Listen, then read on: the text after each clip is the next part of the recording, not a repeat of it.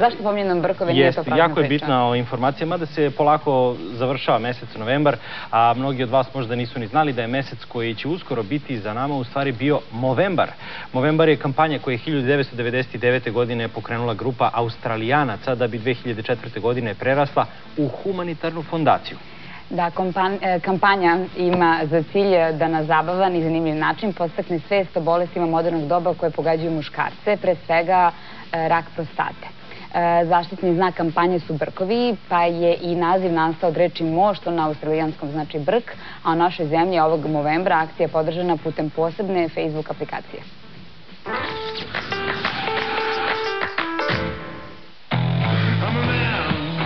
Ne morate da puštate brkove, ipak ima načina da podržite mesec posvećen muškom zdravlju.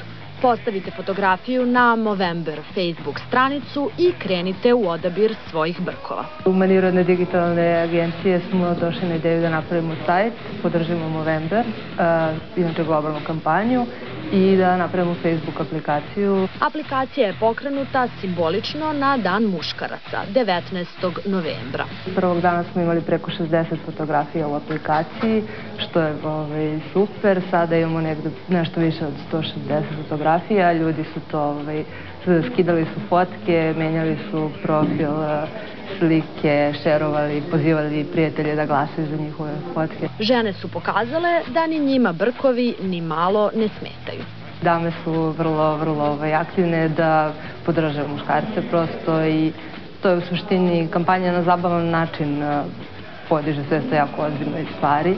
I ekipa Bulevara je naravno podržala kampanju i isprobala brkove na lepšoj i jačoj polovini našeg voditeljskog tandema. Priznaćete da i prvoj dami Bulevara u 5 do 5 stoje odlično.